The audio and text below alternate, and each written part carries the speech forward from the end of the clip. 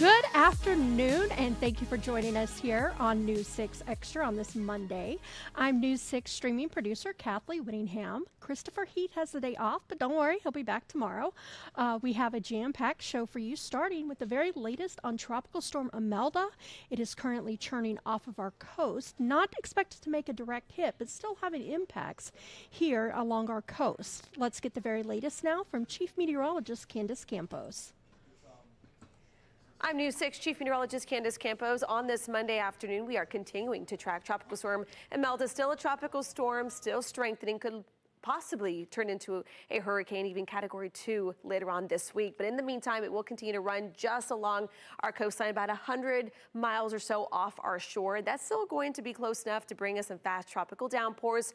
Not so much squally weather, just those fast, isolated downpours at times. Along with those downpours also come the potential for some tropical storm wind gusts, especially along our coastline. Still pretty gusty throughout the afternoon as well across our inland zones, which will be also adding to the concerns for the hazardous beach and boating conditions expected throughout the next several days. So we are not only tracking Imelda, which is still a tropical storm, but also a major hurricane when it comes to Hurricane Humberto, still about 600 miles or so apart from each other. Eventually, they will be influencing each other as they both start making that turn back out to the open waters, which thankfully means possible no landfall along the east coast of the U.S. Models are really handling this storm very well over the next 3 to 4 days. The 11 a.m. advisories showing sustained winds increasing now to 60 miles per hour. Still a tropical storm, expected to then turn into a Category 1 or even 2 storm as it nears Bermuda by about Wednesday and into Thursday. At that point in time, by Wednesday, our conditions locally here will really start to improve as all of that moisture and all the wind as well also moves out. Wind gusts for your afternoon on Monday could get up to about 30-35 miles per hour, and that is why wind advisories are in effect up and down our coastal communities. Over the weekend, there were tropical storm watches. Those have been discontinued and then just replaced with these wind advisories that will remain in place until Tuesday morning. Now, an advisory that's going to stick around for the next couple of days will be the high surf advisory along the immediate coastline, as the two systems out there over the tropics will help really kind of churn up the seas a bit. That is why this part of the storm is going to be the most dangerous part for us here in Central Florida. It's the marine conditions. You can see even along the surf, 5 to 7 foot breaking waves, increasing our chance for rip currents up and down all of our East Coast beaches, and obviously boating very hazardous, especially on Tuesday, where we could get seas up to about 11 to 13 feet. Now, the bulk of the tropical moisture will be staying out towards the open waters, but again, we can't rule out the chance that some of these scattered showers will once again kind of whip around Central Florida, bringing with it in and out clouds, in and out rain in the forecast. Not a washout, but if you do get caught under some of these scattered showers both today and into tomorrow evening, they will pack a lot of rain in a short amount of time, meaning within the next 48 hours or so, some models do pick up us racking up between about half of an inch to an inch of rain when it's all said and done, with a rain chance today a little higher along the coast at about 60%. Notice the rainfall here. It's not super impressive. All the dense moisture will continue to stay out towards the open waters. Our overall rainfall total is about 1/4 of an inch to 1/2 an inch or so.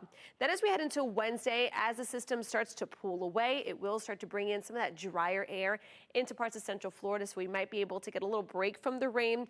On Wednesday, our coverage goes down to about a 30%, and it looks like we'll be right back to a regular scheduled programming for Central Florida by the end of the week, with highs staying below average. All right, thanks, Candace. And as Candace just explained, the combination of Tropical Storm Imelda and Hurricane Humberto is going to cause some trouble along our coast for at least the next few days. Your Volusia County community correspondent Angie Casada spoke with beach safety officials who say it's probably best that people just stay out of the water. A lot of people see these conditions and want to go out there and try to, have fun. Now's not the time to do that. From the red flags to the pounding surf, Volusia County beaches are making their message clear. Conditions are dangerous. No matter what, the stormy, still beautiful. I mean, it's awesome. The ocean's a little angry this morning, but it's still beautiful. Well, all I can tell you is it's just a part of nature, and it's nature at its best, or it can be nature maybe at its worst. It sort of depends. Although some came to admire the intensity, beach safety officials say this weekend's tragedy is a reminder of that danger. A 51-year-old man visiting from out of state drowned after being caught in a rip current. We're experiencing very hazardous water conditions right now all along our coastline. We are flying that red flag. We're urging people just to stay out of the water at this time. It's not the time to go swimming. Unfortunately, we did have a drowning on Saturday. And also since last weekend up to this past weekend, we've rescued just under 300 people out of the water. Oh, I'm so sorry to hear that. Yeah, I don't hear it very often, but it does happen. Undertows are rough. And so I try to usually not go more than like waist deep, maybe stomach deep, just to be safe, you know. The National Weather Service has a high rip current risk through Wednesday night and a high surf advisory until Thursday morning. Waves could build to 9 feet with gusty winds making conditions even worse. Now, these red flags are up currently, and they'll remain up until midweek as a warning from Beach Patrol that the current conditions of the ocean are dangerous, and they suggest that you might just want to stay out of the water. Reporting in Daytona Beach, I'm your Volusia County community correspondent Angie Casada, News 6. Now, Tropical Storm Imelda is also leading to changes for thousands of cruise ship passengers. Several cruise lines have had to make changes to their itinerary because of the storm. And several actually had to come into Port Canaveral a little bit early. So just best to stay off the coast for the next couple days, I think. Now from Central Florida to the nation's capital, where a looming government shutdown is set to take effect tomorrow night if a deal's not reached. President Trump is expected to meet with Democratic and Republican congressional leaders today in hopes of ironing out some kind of deal, but does warn that a government shutdown is likely. CBS's Nancy Cordes has the very latest on those negotiations and the key sticking points. It's a rare high-level sit-down between President Trump and the leaders from both parties, with thousands of government jobs on the line. The president at this meeting is going to rant and just yell at Democrats and talk about all his alleged grievances and say this, that, and the other thing. We won't get anything done. But my hope is it'll be a serious negotiation. Democrats are demanding concessions in exchange for their votes to fund the government through mid-November. I just think it's shameful that they're playing politics with all the services that the American people demand and deserve. What Democrats are pushing for is to extend enhanced Obamacare tax credits, which are set to expire at the end of this year. If they are not renewed, average premiums on the exchange would rise by an estimated 75%. Notices are going to go out in a matter of days, and it's going to be a shock to the system of everyday Americans. Republicans argue the subsidies are a separate matter that can be dealt with later. Hopefully there'll be some steps taken that can address the concerns that Democrats have, but you can't do this by Tuesday. If the government shuts down this week, non-essential services would cease and federal workers would be furloughed. Now, the White House is raising the stakes by threatening to lay off some of those workers. If it has to shut down, it'll have to shut down, but they're the ones that are shutting down. In another high-stakes meeting today, President Trump is expected to sit down here at the White House with Israeli Prime Minister Benjamin Netanyahu as a peace deal with Gaza remains elusive. Nancy Cordes, CBS News, the White House. I'll certainly hope that shutdown does not happen, especially for all those workers that will face furlough. So hopefully a deal can be reached. All right, we're going to take a quick break. When we come back, why some Floridians will get to see some more money in their paychecks starting tomorrow. So stay with us. We'll be right back after this quick break.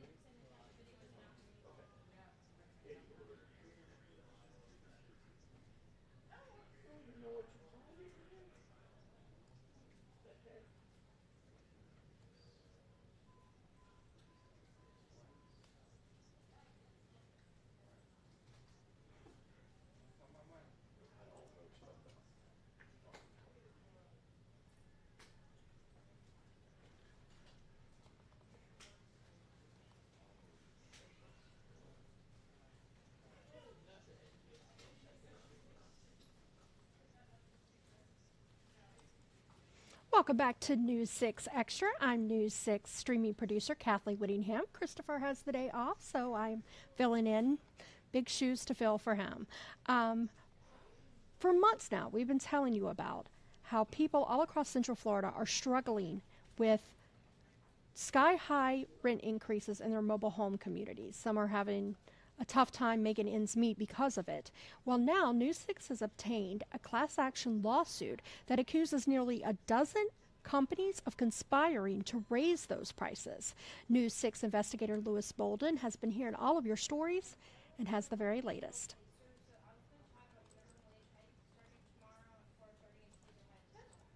A pension and Social Security payments may soon not be enough for 77-year-old Ruth Koretsky. She's paying almost double what she did 6 years ago when she moved to the Shangri-La Mobile Village in Ormond Beach. I only lived here a year when a corporation bought this place and started raising the rent. All the things that they used to pay for, they added it onto our bill. The community is operated by Lakeshore Communities Incorporated, one of 10 defendants named in this class action lawsuit.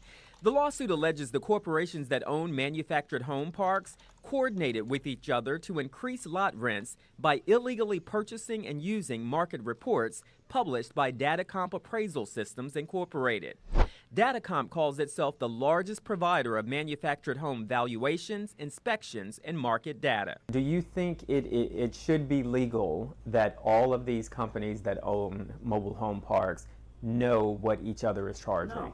No, that's like a monopoly. You control everything and the consumer gets nothing. The lawsuit claims having this non-public, competitively sensitive information eliminates competition amongst park owners on price, services, and quality for manufactured home lots. It's something Koretsky says she's seen firsthand. They do nothing for us. We have no amenities, and they do less and less for us. We asked Lakeshore Communities why it's raising the lot rent as well as its response to the lawsuit. The company did not respond to our calls and emails. News 6 also reached out to Datacomp. We spoke with someone on the phone and was told to send an email. We have not yet heard back. Louis Bolden, News 6. Well, you can count on Louis to stay on top of that story and bring us any new updates in that investigation. Well, it's the day that many Floridians have been waiting for. Tomorrow, the minimum wage here in Florida is set to go up from $13 to $14 an hour. It's part of a gradual increase that voters approved in the 2020 election. News 6's Jana Manahal spoke with business owners and customers who are going to see that increase. More money in your pocket may sound like a great thing at first, but for the people who will see this raise, that money still isn't enough to afford living. Starting Monday, September 30th, Florida's minimum wage will increase to $14 an hour as a part of a statewide plan that raises the pay by $1 every September until it hits $15 in 2026. Dennis Jones, the owner of Winter Garden Wheelworks, says his employees need a livable wage. We've been above the minimum wage for our employees for a long time. We've known this is coming and trying to pay a living wage for people. Has been our goal for a long time. Jones says even if the minimum wage goes up, it may not matter. I don't think it really makes a whole lot of difference because the prices and the cost of living is going up and the minimum wage goes up, so it kind of still stays the same. I don't understand how they expect people to go and make a life for themselves when even well-educated people come out of college and they're making minimum wage. According to the MIT Living Wage Calculator, it says that if you are a single adult living in Central Florida with no kids, you're actually going to need about $25 an hour to afford basic living necessities like rent and food. Abby Lancaster is the general manager of Oxum Coffee in Winter Garden and says paying a livable wage is a tough balance for small businesses. I think it's really important to make sure that our employees do have a livable wage. It's really tricky sometimes in small business because obviously with the cost of food going up and the cost of really just everything going up, labor also goes into that. So it's a challenge, but it's one that we believe in and we think that it's important. Lancaster says every business that pays employees more must ultimately charge more, passing the minimum wage increase onto her customers. In Orange County, your community correspondent, Jada Manahal, News 6. Well, if you haven't heard, over the last week, we've been telling you about how Trooper Steve is going to compete in the Red Bull Tandem roller coaster event in Altamont Springs. And I must say, there were some that doubted him and his partner, Sandra Ray, from Johnny's House XL 106.7. But let me show you. They actually did such a great job over the weekend. There they go on that tandem bicycle. And there was a couple spots here where we were a little worried that maybe they would end up in the water, but they quickly recovered and made it to the finish line. And for me personally, the best part of seeing all this was Steve's reaction at the end, because you could see he was approaching the finish line and he just kept mouthing, oh my God, because he knew he was about to make it. So they put in a lot of work. They worked really hard. They practiced, and there you go. They finished. No injuries, and they did not fall in the water, and you can just see that pure excitement right there as they ring the bell. So a big shout out to Trooper Steve and Sandra Ray for taking on the challenge and completing it. And Steve, I'm sorry if I doubted you in any way. You did a great job, and I have a whole new level of respect for you and Sandra Ray. Well, that's going to do it for us here on News 6 Extra. I'm News 6 streaming producer Kathleen Whittingham. Be sure to join us for our next newscast starting at 4. And remember, you can always get the latest news and headline and weather updates on our website, clickorlando.com. Have a great day. We'll see you tomorrow.